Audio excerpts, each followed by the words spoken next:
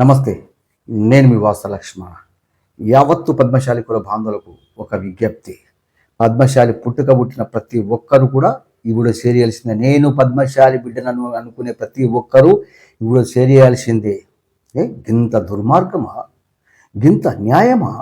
ఎట్లా కనిపిస్తున్నారు పద్మశాలీలు ముఖ్యమంత్రి రేవంత్ రెడ్డి గారికి? అక్కడ హైదరాబాదులో పద్మశాలి మహాసభ జరిగే చోట, పద్మశాలి సమాజం ఆత్మగౌరవం చాటే చోట ముఖ్యమంత్రి రేవంత్ రెడ్డి గారు మొగ్గం పైన కూర్చొని కాళ్ళకు షూ వేసుకొని, పద్మశాలిల కులదైనటువంటి మొగ్గం పైన కాళ్ళకు బూట్లు వేసుకొని కూర్చున్నాడు. ఏం ముఖ్యమంత్రి ఇదేందయ్యా? పద్మశాలి ఆత్మగౌరవం చాటే చోట ముఖ్యమంత్రి రేవంత్ రెడ్డి గారు షూలు వేసుకొని కూర్చోవడమా? ముఖ్యమంత్రి గారు, మేము మిమ్మల్ని ముఖ్యమంత్రిగా గౌరవిస్తున్నాం, కానీ మా పద్మశాలి కులదైనటువంటి మొగ్గం పైన మీరు కాళ్ళకు షూ వేసుకొని కూర్చున్నారుగా, బూట్లు వేసుకొని మీ అహంకారధోరణి చూపించిగా వచ్చి బేషరతుగా మీరు పద్మశాలి సమాజానికి క్షమాపణ చెప్పాల్సిందే ముఖ్యమంత్రి గారు.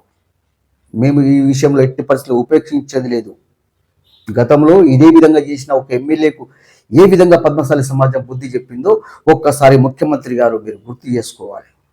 ఒక్కసారి పద్మశాలి కుల బాంధవులారా, పద్మశాలి కుల మొగ్గం పైన పద్మశాలి మహాసభ జరిగే చోట ఆయన కూర్చున్న తీరు ఒకసారి చూడండి. నేను ఫోటో పెడుతున్నా. మొగ్గానికి దండం పెట్టి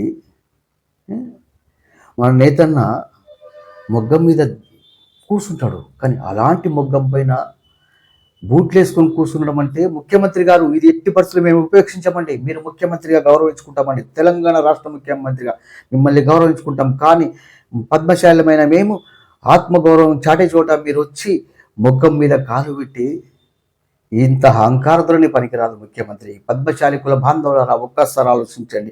ముఖ్యమంత్రి గారని ఇచ్చిపెడదామా, లేక మన కులమైన మొగ్గం మీద కాలు పెట్టినందుకు ముఖ్యమంత్రి గారు క్షమాపణ చెప్పాలని పద్మశాలి బిడ్డలుగా మనము డిమాండ్ చేద్దామా? ఒక్కసారి పద్మశాలి పుట్టిన ప్రతి ఒక్కరు ఆలోచించండి. ముఖ్యమంత్రి గారు, ఇది క్షమార్హం కాదండి. మీరు బేషరతుగా పద్మశాలి సమాజానికి క్షమాపణ చెప్పాల్సిందే. బేషరతుగా క్షమాపణ చెప్పాల్సిందే. జాగో పద్మశాలి సమాజమా. ముఖ్యమంత్రి గారు, ఇది సబబు కాదండి. మొగ్గం మీద ఆరగంగా కాలు పెట్టుకుని కూర్చోవడం అంటే జై మార్కండే, అంతకంటే అణచివేత, అంతకంటే మా పైన ఒక దుర్మార్గపు చర్య మరొకటి లేదు. జై పద్మశాలి, జై మార్కండే.